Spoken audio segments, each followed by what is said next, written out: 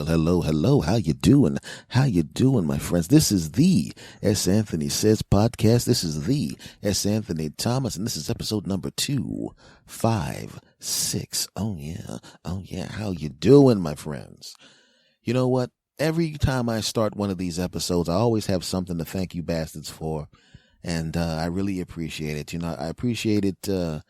I know what it looks like when when I see an increasing listenership, but I also know what listenership spikes look like, and I know that it's because of you weirdos telling the rest of the weirdos to listen to this weirdo, and this weirdo appreciates you weirdos. Thank you very much, you bastards. I appreciate you getting the word out. Keep it up until I'm world famous and can dominate and start my own dictatorship. I think that goes too far. You know, folks, in all seriousness, thank you very much for everything. You know, now let's talk about something interesting here, my friends. Okay, one of the things I did was, and I told you guys on social media before, and I told you a few other places that I'm going to try to shrink my ass and get back in shape like I was when I was in my 20s, which was obviously 2 decades ago. But, I put a post on Facebook, and what it said was, I think it said vegetarians and vegans, I'm ready to be one of you. What I would like to say right now, having gotten a lot of messages from my friends who are vegetarians and vegans, I am no longer ready to be one of you. It's like, because in all seriousness, I am going to move in that direction. I don't know if it's going to be a total vegetarian, a total vegan, or I'm going to be one of those, mostly vegans or mostly vegetarians. How about a mostitarian? How about that? We'll come up with another word or phrase for me, because I'll be one of those guys that's a vegetarian or a vegan Monday, Tuesday, Wednesday, Thursday, Friday, Saturday, and then I'm going to bite a cow on the ass on Sunday. I might have a cheesesteak during the football games. I might have pizza with some pepperoni on it. Shut up. I know what you're thinking, but doesn't make you a vegetarian if you wait until football season and then starting to eat meat. Yeah, like you're perfect. Let's see if we follow your punk asses around and don't find you with a hot dog in your mouth sometime. I had a friend of mine that was just like that. He was one of those vegetarian guys. And when I was in shape, in my best shape with my 6-pack and quadruple pack and all of that crap, I was eating healthy. I didn't announce anything. I didn't announce that I was eating healthy. I just was. And he thought I was like him. Because every time I went out of the house, I went to healthy eating places, because that's what my friends did. My friends went to all the healthy eating places. We had veggie burgers and double veggie and quadruple veggie and double vegetarian burgers and water sandwiches and ice cube sandwiches and all of that crap, because all we did was eat healthy stuff. That's right. So he assumed I was just like his punk ass, right? But then I made the mistake of bringing his punk ass over to my house to watch a football game, and I had salads and everything laid out, and he's thinking he's one of us.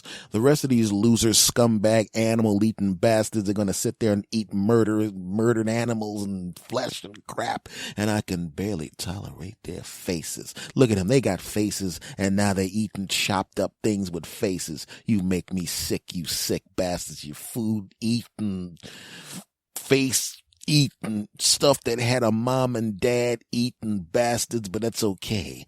I don't have to be really good friends with any of these meat sucking. Look at them biting into hamburgers. That's a bit of a cow buttocks, and look at him with the pepperoni, you sick bastard. There's a pig that's dead because of that. You know how smart pigs are, you scum. Look at that guy over there with a sausage. He might as well just bite your dog on the neck. You sickening, you bastards. And he didn't actually verbally say that, but that's what the look on his face was. He's sitting there sucking on his tofu juice and licking and eating a handful of grass that he pulled out from the front of my house, and he's sitting there with his diet water looking at everybody with disgust. Now, when they would come and talk to him, and hey, how about that game? Yeah, it was a great game. He'd smile, and as soon as they turned around, it's like when you would watch one of those when you watch a soap opera, when the person turns around around, and to illustrate that the person who was talked to was now upset with the person, the sinister music would come on, and their face would go from smiling to, you bastard. Well, that's what would happen. Someone would walk up to him, hey man, great game, nice that you're here. Hey, it's fantastic. The guy person would turn around, you food-eating bastard. And I'm watching him. And I didn't really think anything of it. Didn't pay much attention to it. I just knew that this bastard was mad at everybody because of that. So what, punk? So I walk over to this table, and at first I was just eating salads. Not a big deal. That's what I had planned on doing in the first place. I was actually just going to eat salads until the team I was rooting for, my hometown team, which was playing in the national game. I wasn't going to eat the cheesesteaks and the pizzas and crap when the other teams was on. The hell with the other teams. When my team came on, that's when it's time to grub down.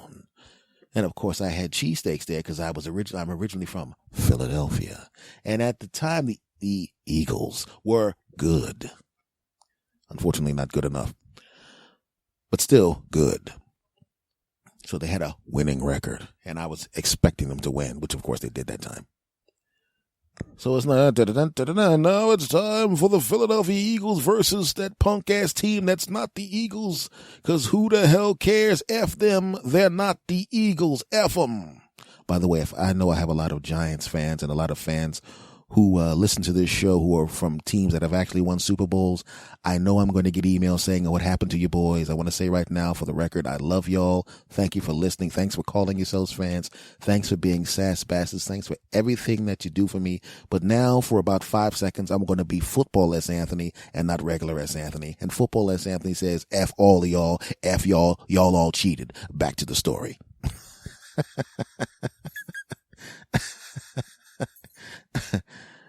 So I go to the table, and I'm eating my salad, and he's looking at me with that approval, like, yes, this man gets it.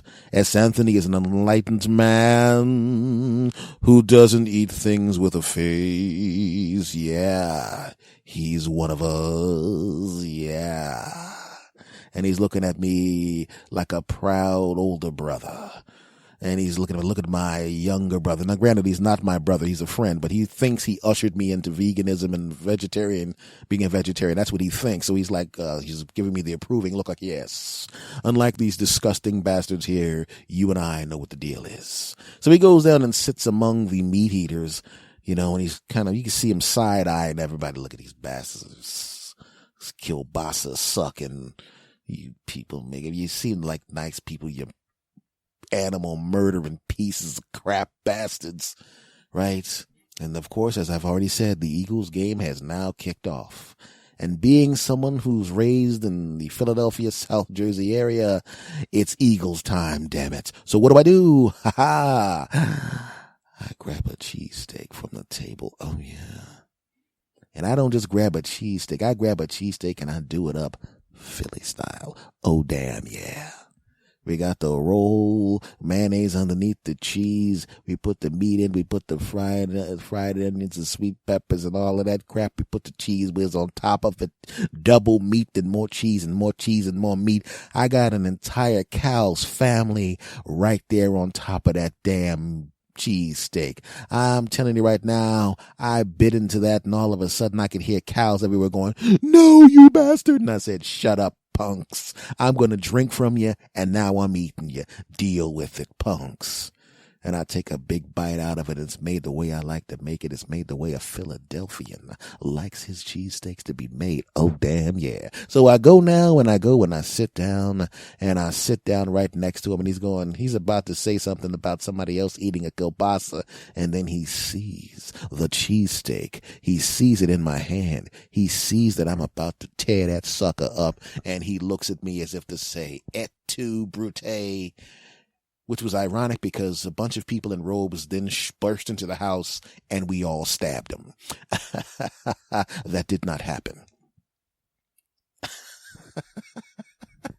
And he was actually mad at me. He was doing the subtly mad thing like your girlfriend would do to you, Hey, what's going on, man? Nothing. You all right? Everything's okay. Everything's fine. You sure you're all right? Yes, I'm fine. Everything's okay. Why do you think something's wrong? right? You go to shake his hand and he tries to pull his hand back because you had the nerve to touch meat. F you, punk. I hope he didn't even realize it. When he wasn't looking, I dropped a little piece of cheesesteak into his salad. Yeah, that's right. You ate meat today, punk. You ate meat. Enjoy the toilet. Enjoy the toilet. Okay, I did not drop any meat in his salad. I respect his beliefs enough. But I wanted to. I wanted to burst into his house, wait till he was asleep, and then pour some beef stew down his throat. Yeah, that's right, but I didn't. But that's what it was like when I was out in Los Angeles, and it was the first time I was in shape. I was in shape, and I felt good. And I want to feel that good again. I want to be in that kind of shape again. I want to be like that again. So what I said before was I told everybody online, hey, man, I asked the question, what was the best food, the best hamburger, Whopper or Big Mac? And I told you in an earlier episode how that went. But then I started to think, maybe I should really just move into that mode. And maybe there's some vegans out there and some vegetarians out there. And I realized that I'm going to do it on March 1st is when I'm going to slip into and dive into basically making it a vegetable-based diet. I'm not saying I'm getting rid of all meat, and there's going to be one day when football season starts, F this, I'm having some kind of cheesesteak or something like that during a football game unless I just decide I don't want it anymore.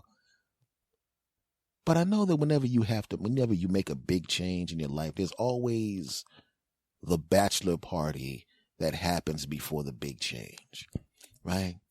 When you get married, like when you were dating your girlfriend, and you did, and if you're a good person, you didn't cheat on your girlfriend. You enjoy your girlfriend. You try to make your girlfriend happy. You love her. You treat her good. You jump on top of her. You get it on all the time. All of your getting it on is done through her. Everything is great. I'm not saying you don't take care of yourself when you're looking at some starlet comes on TV and she's out of town. You're like, well, she ain't here, so ha ha ha. I'm not saying you don't do that, but actually getting it on, it's all with her. But the funny thing is, before the wedding, what do? What does she do? You go to the bachelor party, which is at the strip club. You have the bachelor party. Oh yeah. You go someplace and you do stuff you weren't even doing before you met her when you had permission to do this. You didn't go to a strip club and act like this. You didn't sit there and have one of the strippers sit in your lap and gyrate her big juicy booty on your lap. You can feel the warmth of her butt on your lap. There's some clothes between your stuff and her stuff, and you're never going to let her stuff touch your stuff because your stuff is for your woman, your wife to be, but you do like the warmth of her warm buttocks on your lap. And all of a sudden, the thing that's on the other side of your clothes is like, aha, maybe you're about to get married. I'm going to get me some of this. And you go, no, you're not. And then she gets up and she's rubbing all in your face. I've been there. I've been at the bachelor party. I wasn't a bachelor. I didn't give a crap. Put that warm ass on my lap, honey. I ain't marrying nobody. Get to grinding. That's none of your business. Don't judge me. You've done it too. Back to the story. And you got this woman's naked stuff, and then you put the money in the G-string, and then she puts her chest stuff and shakes her yummy chest stuff, turns around, shows her behind, underneath, above the leg, below the back stuff, and you looking at it like, look at that there, ha ha. And there's another one who's just as juicy, but in a different type of way, different flavors, different colors, different dancing techniques, and you would never do this after you're married. You didn't really do it before you're married, but you're about to get married, and since you're about to get married, and you definitely can't do it after you get married, you're doing it now. You're at the bachelor party and you're looking at these ladies' yummy stuff, and you don't touch it, but you're dang on sure get close to touching it when you put the money in their stuff, and she comes down and you hold up the money and she bites the money and takes it up, or she takes it up with her, how can I put this, buttocks cheeks. You don't touch her buttocks cheeks, but her buttocks cheeks are flexible enough to grab the money. Ironically, she also signs her checks with the buttocks cheeks, but that's her personal business, and I asked her to send me the video. Shut up, back to the story. And ladies, don't act like you guys are disgusting because you go to the bachelor party. Ladies, I'm a professional comedian. I've hosted bachelor parties for men and women. Okay? It was kind of weird standing there with a bunch of guys who were in great shape. And at the time I was in okay shape. This was before I got in good shape. I was in okay shape. And these guys got double packs and triple packs and quadruple packs. And there's always the one guy who has lap stuff that's the size of, how can I put it? A car. There's always one of those guys there just in case there's a couple of ladies who need to see that. And he's sitting there and you're with there and hey, okay, that was very funny, Mr. Thomas, very funny. Okay, now that you stopped laughing, it's time for you to start grabbing the genitals of dudes that are not the dudes you're dating. And then the guys come out, boom, boom, jiggity, boom, da boom, jiggity, boom, boom, jiggity, boom, da boom, jiggity, boom, boom, jiggity, boom, boom, jiggity, wee, boom, boom, jiggity, boom, da boom, jiggity. And the women are just as bad as the guys. You know what I'm saying? They don't actually touch his lap stuff. Well, they don't do that at all. They just kind of put the money next to the side on either side of his lap stuff and he walks away with it. Or he even grabs the bill with his buttocks cheeks and I go, do you have a sister? He goes, yeah, she also grabs bills with her buttocks cheeks. I said, she's better at it than you. He goes, yeah, she has a bigger ass, but it's a talent the family has. Grandma also, she used to rock the babies to sleep with her buttocks cheeks until child services came and told her to stop that crap. Back to the story. A boom, boom, jiggity, boom, da boom, jiggity. And women are looking at the lap stuff, woo, and smacking them on the butt. And they can do more stuff that guys can do to women. Because if a woman grabs a guy's lap stuff, guys are not going to go, I feel that is wrong. And you should be able to. Gender equality means you should be able to do that. But these guys are like, hey, I just made she going to give me more money. I'll just grab it again. And then, of course, super meat comes out. Boom, boom, jiggity, boom, da boom, jiggity. And there's always three ladies like, yeah, I want to see that. And there's the rest of the ladies going, you know what? Nah, that's all right. But either way, you're doing stuff you shouldn't be doing in the first place. You ladies would never think about doing that beforehand. You wouldn't go around randomly looking at other dudes' stuff and trying to put money between it. You wouldn't do that in normal circumstances. You definitely won't going to do it after you get married. But you're about to get married, so you have the bachelorette party. Oh, yeah. Well, folks, what I'm about to do now essentially is make a life change, which means I'm going to change my diet permanently, hopefully. And when it becomes permanent, it means I'm going to look much better. I'm going to lose weight. I'm going to be in shape. And I want to tell the ladies right now, even as a rapidly shrinking fat man, I already know that a lot of you, when I'm walking down the street, try to jump on top of me and get it on with me and grab me and kiss on me. And I want to let you know right now, if you're doing it now and I'm in good shape, it's going to be even worse. I mean, the other day I was walking down the street and a bus of double supermodels came up. And I don't know why they had these signs made up. They had signs that said, hey, yes, Anthony, we heard you were going to be walking down this street. Please get on the bus and get it on with all of us because you're so delicious and sexy, even though you're a fat bastard right now. And I was, of course, saying, listen, ladies, I don't have time. There's 50 of you on the bus. I'm a 48-year-old man. I'm not like I was when I was younger. I only have enough energy to bang about 47 of you. Then 3 of you are going to be mad at me, and I don't want to do that. Yes, that did not happen. F y'all. But I want to get in shape, my friends, right? If you're not in shape, sass bastards, if you're not in shape, you should get in shape too. I'm changing my diet, my friends. I want to be in shape. I want to look good. Okay, I already look good, but I want to look great. Just kidding. I already look great. I want to look awesome. I don't look awesome, but I will. And I realize that since March 1st is the day that I'm going to actually make the change, I realize now, my friends, that what I have to do, and what I'm going to do sometime between now and before March 1st is I'm going to have a bachelor party, but not the kind of bachelor party you're talking about because I'm not getting married. I'm going to have a junk food bachelor party. Oh, I'll say it again. Junk food bachelor party. Let me say it a few more times. Junk food bachelor party. Junk food bachelor party. Junk food bachelor party. Junk food bachelor party. Oh, damn yeah. You see, I know I'm not going to be able to eat the cheesesteaks and the pizzas and cheesecake and all of that crap after March 1st. I'm not going to allow myself to. And I know it's real this time because when you are making a promise to yourself that you're going to make a change. When you're serious, that change is basically made. If you decide I'm never going to cheat on my wife and you're serious about it, you ain't going to cheat on your wife. People can come up to you with their pants off, bent over. You're going to be like, that looks delicious, but my wife is also delicious and I love her. I will not cheat on her. You are serious about the change. When I got in shape that other time, I was serious about the change and I got in shape. No big deal. So I know what it feels like when you're serious, and I know what it feels like when you're telling yourself a whole load of crap, and I can feel that this change is serious. I can feel I'm serious this time. I can feel it because I know what it's like when I've told myself crap. When I started doing this podcast, I said, I'm going to keep doing it because I like doing it. And at the time, nobody, and I mean literally nobody, was listening. And I kept making episodes, and now I have people listening. I could have stopped earlier, but I knew I was serious when I made this commitment to do this show, and I kept doing it. So I know what it feels like, and I know that it's serious. But I also know there is going to be a junk food bachelor party. Oh, yeah. I haven't even decided what it's going to be. It'll have to be Monday or Tuesday. I'm not going to do it today because I got stuff to do, but it's going to happen Monday or Tuesday, and I haven't decided what it's going to be, nor have I decided the severity of the junk food bachelor party. I haven't decided. I feel like one of those guys sitting there like I'm auditioning, like I'm auditioning things to make the decision what's going to be the junk food that gets me the final time. I feel like I'm sitting there and I got one of those smoking jackets like Hugh Hefner had. I got the pipe on and all these foods are coming in here vying for Big Daddy's attention.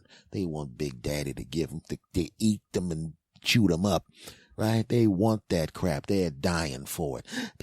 What's going on, girl? What you doing? I'm a hamburger. I know you a hamburger. I can see that. But what makes you think you deserve Big Daddy's intestinal and digestive juices to tear you up? What makes you think you deserve it? Well, I have a hamburger bun. That's part of being a hamburger. That's not that impressive. I have a delicious chunk of meat there. I can see that meat does look kind of good. I have onions on me. Oh, yeah, I was going to put onions on you anyway. You know what I'm saying? I'm into that, And I have mayonnaise and mustard and this and that. That's a little bit too much mayonnaise. Go over there and wait. I have to talk to some other meals. I haven't blown my chance, have I? Not yet. You're still hot? I'm still hot? Good. You sit over there on the couch. What else you got? Well, I'm a cheesesteak. Oh, a cheesesteak from a guy originally from Philly. Well, all right. What you got on the roll, girl? What you got on the roll? I have mayonnaise. I have some provolone cheese. Provolone cheese. Oh, yeah. Yeah. What else you got? I have the meat and the sauce and the fried onions and sweet peppers and I have a cheese whiz on top of me. Oh, I know what that's right. What kind of roll you got? What's a standard roll? It's not a roll from Philly. No. Go sit over there next to the hamburger. I haven't decided yet. What you got for me? I'm a salad. Get out. Security. Okay. Cheesesteak, hamburger. Get back over here. Let me look at you both. Hamburger, spin around. Oh, that's what I'm talking about. That's not you got that, girl. Cheesesteak, you spin around too. Let me get a good look at you, see what you're working with. Ooh, you may not be one of the rolls that was famous in Philadelphia, but let me squeeze that roll. Whoa. You know what? You gotta realize I'm a real man. I'm a real man. And I decided something. And you two are going to be happy about it. What's that? I'm going to eat both of you. Oh, that's incredible. You damn right, hamburger. You go wait in the refrigerator. Cheesesteak. I'm about to tear your ass up. What about me? Oh, I'm going to get to you. Believe me. I'm going to put you in the oven and warm you back up, and I'm going to tear your ass up too in about 4 hours. So you just get there and think about what's about to happen to you. But cheesesteak, get over here and let Big Daddy do what he does. That's not weird to talk about sandwiches like that at all. Shut up, people.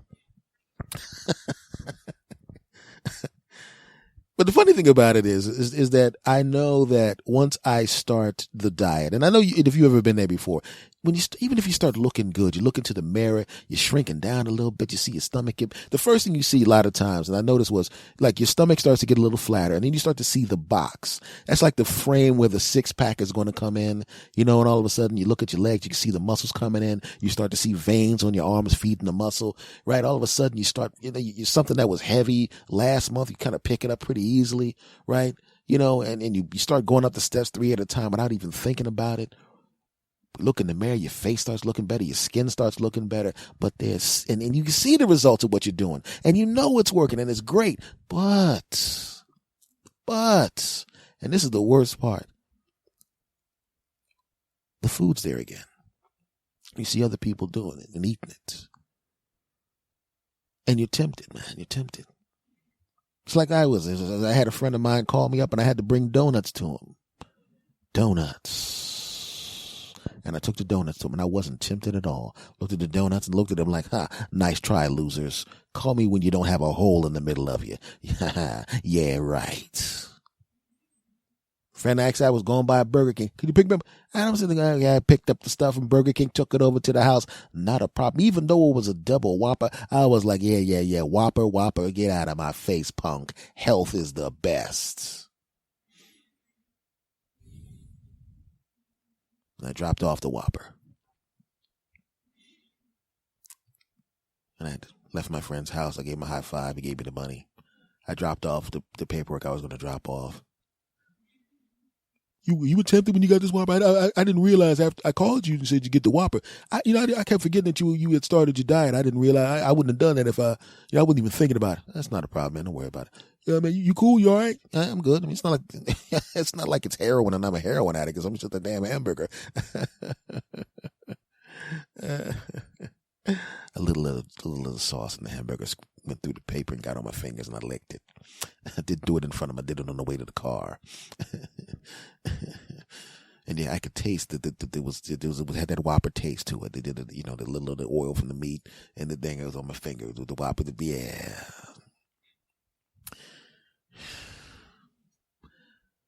It's a little faster if I go back the way I came a little bit. I mean, it looks like a little counterintuitive to go back the way I came, but I could go the other way, but I think I'm gonna have to go back the way I came, right past the Burger King.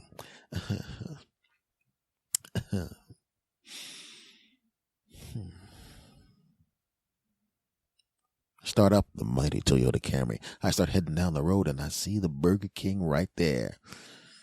All I got to do is drive past it and there won't be a problem. Once I pass the Burger King, the road is set up in such a way that you literally have to go another 1.5 miles because there's no way to turn to go backwards. So if I actually make it past the Burger King, I won't be able to get into the Burger King and I'm in too much of a hurry to go. But then now I'm in the drive-thru. Well, it's not one of those drive-thrus where you're locked in. There's certain drive-thrus where they have that cement divider where there's a divider between the people in the drive-thru and the people that are just going around the drive-thru. Like, if you decide at the last minute to change your mind and you have to leave for whatever reason, but this doesn't have that. So I could just get out of it. I mean, I shouldn't even have done this. I should just get out of the drive-thru and just go on about my way because yes, I would like a number 1 with cheese. Yes, I would. I would like the fries with that. I would like the Hershey Sundae pie, and I would also like the large drink, the large Sprite, but no ice in it. Yeah, yes, I would like to make the fries bigger. Yes, with another slice of cheese. Yes, how much more? Yes, you can put that on there. I should not have done that, but I have not actually eaten any of this. I mean, it's not that much money. It's not that big of a deal. It's a little expensive, but it's not that much. And quite frankly, I could just take it and throw it in the trash can, or I could take it home and and give it to somebody else, and I could do that. Of course, it'll be in the car next to me for about 20 minutes. Here's the money. Thanks for the change. Okay. And there it is in the chair. And I'm looking at it. I haven't touched it yet. I haven't eaten any of the fries. If I was going to eat it, I would have stuck my hand in the bag already and already eaten one of the fries. But I did not eat one of the fries. But the fries are right there. And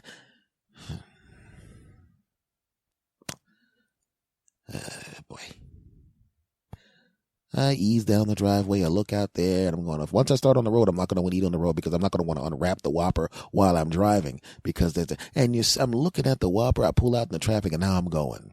And I realize I've been driving for several decades now. I could easily, without endangering anyone, I could actually take that sandwich out, put ketchup on it, put it up to my mouth, and begin eating it without even taking my eyes off the road. But I'm not going to do that. I want to do that, but I'm not going to do that. And I look back over at the Whopper and the Whopper meal. And it reminded me of when I was a kid. When you're a kid, and when I mean kid, I mean anybody, a young adult, I should say. And you're on a date with someone and you've been going out for a little while and you're getting right around that time where you're going to get it on. You haven't gotten it on yet. You want to get it on. You're looking at her and she's dressed differently this time. Normally she would just dress nice and comfortable and a little sexy because it's a date, but there's something about you looking at her and her legs are extra smooth and shiny. And her top's a little down.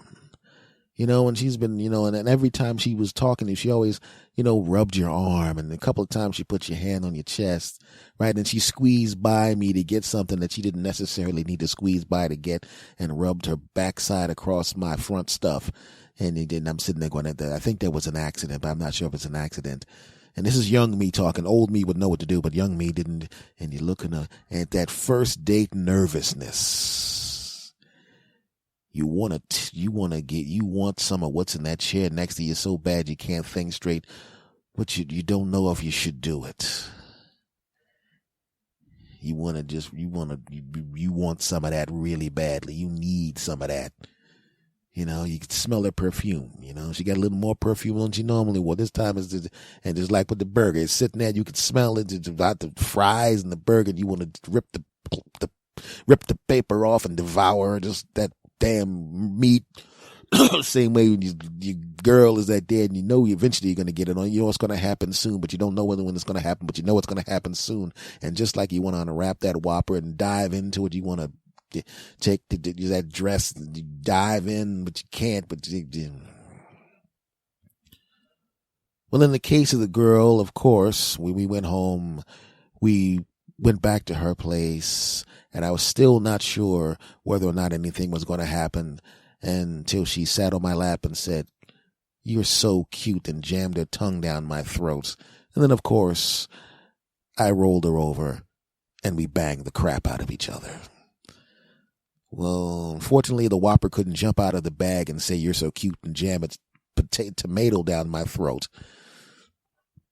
But it would have been good if it could. I get home, and it's me and the Whopper. And unlike the girl, at this time, when I took the girl back to her place, we spent the entire weekend banging the crap out of each other. I'm looking at the Whopper. I roll up the bag, I put it in the refrigerator. And the whole night I'm thinking about it. But I'm not touching it, I'm eating my salad. I hear a car pull up out front of the place, and it's a relative. Yes. Distraction. He comes in, "Hey, what's going on, man? Hey, what's going on? Hey, what's going on? Hey, can I get a soda?" Yeah. There's a soda in the refrigerator. "Are you hungry?" "Yeah, I know you ain't cooking." No, I'm going to finish my salad." "Hey, you got Burger King stuff in there? Whose is that?" "Would you like it?" "Yeah, you don't got to eat it." No. You can have it. "Is anything? Okay, cool. Thanks, man." "Not a problem. Take it with you." "All right. Oh, man, that's cool. All right. Thank you. And he leaves after a little bit of conversation. And he took the devil food out of my damn house. I was never so happy to have a mooching ass, punk ass come into my house and take crap in my life. And it was foiled. The evil plan to ruin me was foiled. And as it turns out, it's not really that big of a deal because, as I said, I'm going to have a junk food bachelor party anyway. And it's different now because it's my choice to eat that crap one last time. It's not like the crap was controlling me like it was then when the food's like, "Look, punk, get your punk ass into that Burger King and buy me, bitch. Buy me, bitch. In fact, eat me in the car, punk. In fact, no, we home at the home. Eat me, punk." Well, I said, "No, I ain't eating you." And they said, "You're going to eat me." I said, "No, I'm not. My relative's coming over. Hey, relative, take that crap out of here." "No, give me back. I'm trying to ruin your life." "Yeah, well, too bad. Relative, eat the crap out of that crap." "I will." Fantastic. And I won. So, folks, Monday or Tuesday will be my junk food bachelor party. my junk food bachelor party, and I look forward to it. But you know what I look forward to? The life that's going to happen afterwards, where I finally get back into shape like I'm supposed to be, get back in optimum health instead of just good health, and I look like I'm supposed to look and feel like I'm supposed to feel, and I'm looking forward to it, and it's going to be awesome. And if you're like me and you got some ass to lose and you want to get in shape, all I'm saying is I'm not telling anybody what to do. You know, you always got to check with your doctor to decide what you're going to do. But if you're going to be like me, realize, you know what? I'm going to put it to you this way. I'm going to make a definite time when I'm going to do my junk food bachelor party. It won't be Tuesday. It's going to be Monday, because Tuesday is too close to the first. It's too close. I want there to be a day between the junk food bachelor party and the new life startage. Okay, so the new life startage will be on the first. The junk food bachelor party will be on Monday. So if you're a fat bastard like me, or a semi-fat bastard like me, or you just got a couple pounds to lose and you know you got to make a dietary change, if it's okay with your doctor, just know that the S Machine, yours truly, is going to have a junk food bachelor party at some time Monday. On Tuesday, I'm going to chill. And on the first, oh yeah, the new life starts. Are you with me, my friends? Are you with me? Of course you are. Let's do it. Let's have our junk food bachelor parties, and let's shrink our asses if you have an ass that needs to be shrunk. You down? Of course you are. Let's do it. Segment over. All right, folks, let's talk about something else interesting here. You know, this is kind of an LA story, and I have a lot of LA stories. A lot of weird crap happened to me when I was out there. But I'm telling you right now, folks, this is something I'm telling you now. You think you know people, and I'm telling you right now, no, you don't. You think you do, but you don't. How many times has somebody in your family actually come up and surprised you? You knew them their entire lives, and they knew you and you knew them, and they knew you and you knew them, and you think you know them, and then something pops up and you're going, what the hell was that? Where did that crap come from? I didn't know you knew that, did that, knew them, and all of that crap. And you're going, I thought I knew you, but I guess I didn't. And everybody has that. You shouldn't be too upset, because everybody has their own demons. You know what I'm saying? You don't think they have their demons, but let's be honest. You have your own demons, don't you? Of course you do. And those demons are your secret, and you didn't tell anybody about those demons because they're your demons. Your wife might not even know about your demons. Your husband might not know about your demons. Your parents may not know about your demons. Your best friend may not know about your demons. In fact, sometimes you don't even know about your demons. You don't know. You think you do, but you don't. And it extends beyond family. I mean, we all know that we have family members that do dumb crap. But if you really think about it, you have extended families. You have a family in the office where you work, right? You go into the office. If you work in an office or whatever you work, if the same people are there for any length of time, after a while they become friends. And then after an even longer while, they become extended family. It happens if you go to the same lunch stand. It happens if you go to the same bus stop. It happens if you go to the same diner at the same time. It happens. And one of the other places that it happens is, at the time I lived in an apartment building in LA, and all the tenants kind of knew each other. Even the ones you weren't necessarily friendly with, after a while you saw them so much, just through osmosis, you kind of sucked up little bits of knowledge about each other, little bits of information that lets you know what type of person that is, and somehow you think you know them. And even the ones you're around a lot and you hang out with, you think you know them, but you don't know them. And you damn sure don't know they're demons. Oh, no, you don't. No, in my building, there was a lot of people that had different lifestyles, different behavior patterns, different religions, different ethnicities, and all of that kind of stuff. And there was a couple of us that were considered the really super normal type people there. And there was one other guy, Ron. And Ron was, quote, normal, unquote. But what people didn't realize, on the weekend, Ron likes to walk around dressed up like a woman. Fortunately, nobody in the building had any kind of prejudice against gay people, any prejudice against transgender people, and any prejudice against anyone who was a cross-dresser. So when we found out that Ron liked to get dressed on the weekends, you know what we all thought? Oh, I guess Ron likes to get dressed as a woman on the weekends. Whatever. No one cared. Why? What difference does it make? It doesn't matter. That's not even considered a demon. That's not even considered his demon. That's not that. That's just a guy who likes to get dressed in a dress. Who cares? No one cares. In fact, if you really think about it, he was actually a great friend to have. Why? Because he knew women's clothing and panties because he wore them. If you took one of your lady friends or one of your, or asked them about suggestions about something to buy for your lady friend, there was a high probability that somehow in conversation it would slip out. You know how many times I would actually go, I would ask a lady friend of ours what she would suggest to buy for the girl that I was with, the woman that I was with, the woman that I was in love with. And I would come back and go, hey girl, I got some surprise for you. Looky here. I got you something from Big Victoria's Secret. I got you this, and this. Oh, that's the one I'm so completely surprised by. Thank you, S. And then I'd pull out her top drawer and there was some space already made in her drawer. Gee, what a coincidence. The amount of space in her drawer was the exact amount of space that would be open if someone was to have already told her exactly what I was purchasing, thus giving her enough time to clean out that exact amount of space in the top drawer. Wow, what a surprise. Not. But Ron wasn't going to tell anybody. And that was cool, right? But then there was a couple of people that did have their own demons. And we found out that they had their demons. And we realized we had to watch out for their demons. We had a guy in a building who was a bit of a, how can I put it this way? Hoe. He was a hoe. How did I know he was a hoe? Because he had to actually factor in windshield breaking budgets because he would get it on with women, treat them like crap. Not beat them up, but cheat on them and brazenly cheat on them. And then they would show up and smash out his windshields. Everybody knew not to park next to Ron. Why? Because there was a high probability there was going to be some glass all over the place. And if you had a car that looks like Ron's, not Ron, that's the other guy's name.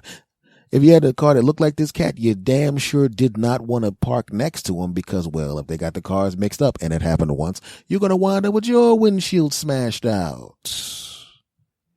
And that was his demon. His demon was, he was a hoe. But we had another guy who had the worst demon of all. And he seemed to be the most normal, but he wasn't. And this cat was one of those guys that seemed normal. It was like, a very pleasant fellow, very intelligent fellow, very normal fellow. Seemed very trustworthy, a great guy, and he was most of the time. But he had his demons, and his demon was every few months he would go from being responsible guy to Dr. Greedenstein. Yeah, I called him Dr. Greedenstein. And why did I call him Dr. Greedenstein? Well, I'll tell you. A few times a year, he would get drunk off his ass and get high off his ass. He'd go long chunks of time without doing it, but then he'd get drunk and high and he would spend up all of his money, so much of his money that it actually would have started to affect his bottom line. It started to affect his rent money. It started to affect his food budget. It started to mean that some of his stuff got cut off. Oh no.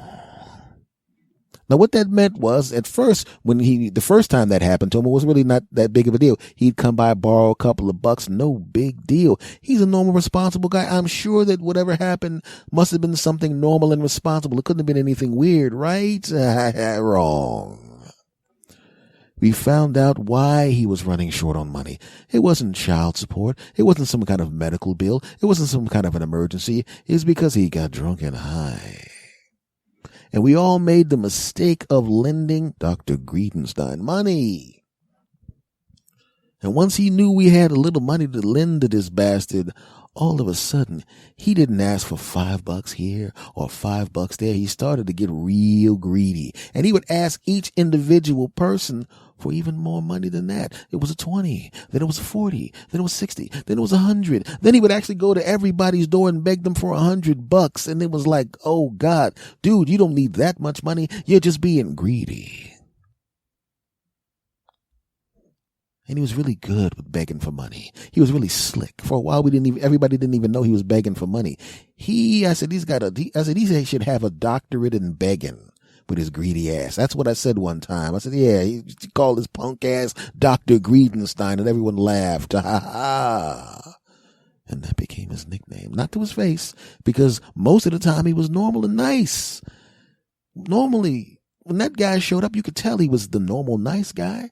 But you could also tell when Dr. Greedenstein showed up, oh no. You could tell. He had that look on his face. You could tell Dr. Greedenstein had arrived. Oh no. He didn't even bother going up to people's doors and begging them, because you could always act like you were on the phone. You could always turn off your lights and act like you're not there. You could hide on the floor as he looked through the windows to see if you were in the apartment building. Then he'd go off to the next person, and then he'd leave the building to go beg someone else for some money, and you could turn your lights back on. Some of us even actually parked away from the apartment complex, walked home, and snuck into our house like Mission Impossible. One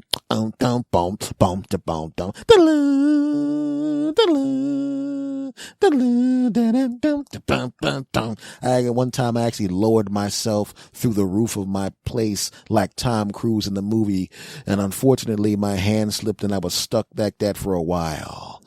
And it was embarrassing. But the cool part about it was I kept the harness up, and my girlfriend used it a few times for other stuff as we hummed the Mission Impossible theme. Okay, that's disgusting and true. Okay, that's not true. I mean, we did disgusting stuff, but just not that. None of your business. Back to the story.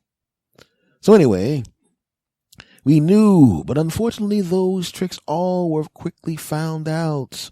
I mean, when there's a bunch of people in an apartment building, the entire building is full and there's no cars in the driveway, even Dr. Greedenstein figured out something was going on. So now he knew it doesn't matter if there's cars there. I know they could still be home. Oh no. We actually had to take, we actually were bragging one time at a party we got together about how many times we were able to get by Dr. Greedenstein. It was almost like Jenga. You know, you have that game Jenga where you have all the bricks and you pull out each brick, and then when you pull out too many bricks, the house falls down. It was kind of like that. We'd all kind of sneak. It was reverse Jenga. We'd sneak in and there would be one of us that got caught. Get our $100. And the rest of us escaped. This is back when we had pages. There weren't really any cell phones back then.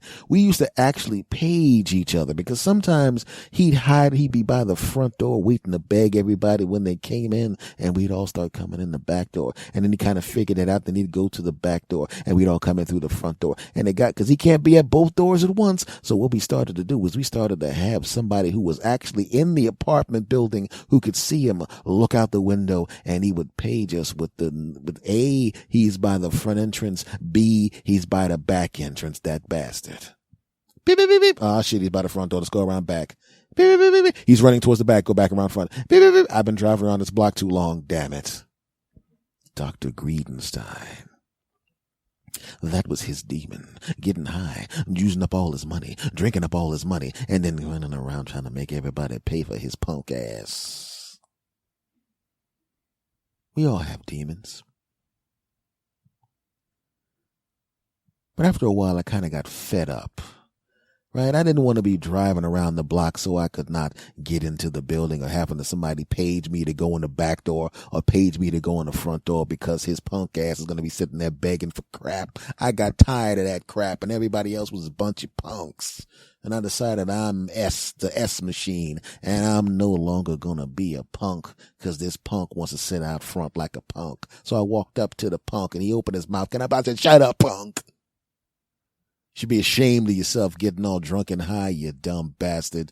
You're straight all this other time. You need to take your punk ass to rehab or something. You realize what's going on around here? Everybody seems to be avoiding me." Yeah, they're avoiding you, you dumb bastard. There's nobody in this building that's rich, and we should all risk our bills because your dumb ass can't control yourself. I don't know how everybody else feels about it, but I'm telling you right now, jackass, I lent you enough money. You owe me a lot of money, punk. And there's no way in the world I want to give you any more money, because if I keep giving your punk ass money, I won't be able to pay my car note or my bills or anything, jackass. You can go beg everybody else if you want to, punk. But I'm telling you right now, I'm not giving you a damn thing with your punk ass. And he respected me. And I walked into the building every day, right through the front, right past Dr. Greedenstein. And the person who was the watch out, who was the lookout looking out the window, would page me frantically, hey, with a bunch of A's, letting me know that this punk ass, greedy ass was out front. But I didn't even worry about it. I looked at the pager and smirked and looked up at the window where he was hiding out to tell me that this punk ass was by the front door. And I looked at him and laughed. And I walked past Dr. Greedenstein. And after I reamed Dr. Greedenstein out for being a punk-ass punk, what did he do? He looked away from me. Not that he was trying to say, not in an aggressive way, but more in a way of going, oh, I must leave him alone. He has reamed me out, and I realize I'm now ashamed that I allow my addiction, I allow my bad behavior to damage this relationship. And also, I'm glad he didn't kick my ass, because back then I would have kicked his ass, but I didn't kick his ass because normally he was nice. I wanted to kick his ass because I wanted my money back. Actually, I said, hey, if you don't give me my money back, I'm going to kick your ass. And then he gave me my money back because I really was going to kick his ass. Anyway, I was the only one in the building that got his money back. I was like, yo, dude, you owe me money, Jack. You know, I mean, you what you need to do is you need to go get yourself taken care of. Understand? Or you gonna come up to me when you walk into this building. I'm gonna wait till we get to one of those hallways in the back. And I'm gonna put a tune job on your punk ass. You owe me $400. You give me my $400. You know what I'm saying? I'm gonna whoop your ass, and you're gonna have to go to the hospital, and then you're gonna have the hospital bill plus $400. Right? So it's your choice. You know what I should have done I actually got my money back eventually, little bits at a time as he cleaned himself up. You know. I felt kind of bad because I'm wondering how much of the money that he gave back to me to keep me from whipping his ass actually came from the other tenants. I didn't even really think about it back then. I was just thinking, you owe me $400 and I'm going to whoop your ass if you don't give me $400. I should have whooped his ass anyway, but that's a different story. But it was really weird to watch this guy, his demons just take him over. Can I borrow $100? But the good part about the story is, other than the fact that I didn't whip his ass and I got my money back, was I introduced him to someone who actually had a very similar problem. And that person took him someplace and he went to meetings and all that kind of stuff. And as it turns out, Dr. Greedenstein very slowly and methodically turned back into what he was normally, the normal guy. And I felt good. I felt good that I was able to help this guy, you know. And he thanked me. He said, thank you, man. He said, did you really call me Dr. Greedenstein behind my back? Yes, I did. I did call you Dr. Greedenstein behind your back. Whoa, oh yeah, I guess I kind of deserve that. You also deserve that ass whooping you was about to get. Yeah, I'm kind of glad I gave you the money back. I'm glad you gave me the money back too, because I don't wound up in jail for whipping your ass. Truth be told, I really wasn't going to whoop your ass. Okay, I kind of was going to whoop your ass. I mean, I wasn't going to really whip your ass. I was just going to slap you around a little bit. This is the part where you're supposed to say, continue on with that and say that you really were not going to slap me around a little bit. No, I was going to slap the shit out of you a few times because you owe me $400. In fact, I should slap the shit out of you right now because, quite frankly, you know, it took me so long to get the $400 back. You should probably give me another $100. In fact, give me $100 now before I beat your ass right now. You're funny ass. Then I beat his ass and took $100 off of him. Okay, I did not beat his ass. I did not beat his ass to take $100 off him. I didn't do that. But that was just a weird thing to watch this guy turn into that mess, right? But he got clean, you know? And I got my $400 back. But you never know what a person's demon actually is, you know? Sometimes I wonder what my actual demons are. What is that weird thing that's a part of me that is waiting to come out? You know, that weird thing in me that I don't even really know. Because if people that know me would tell you, well, he doesn't drink, he doesn't smoke, he doesn't do drugs, he's never committed a crime, he doesn't have any tickets, he doesn't do any bad crap to people. So what's his demon? And I don't have a demon. Or do I?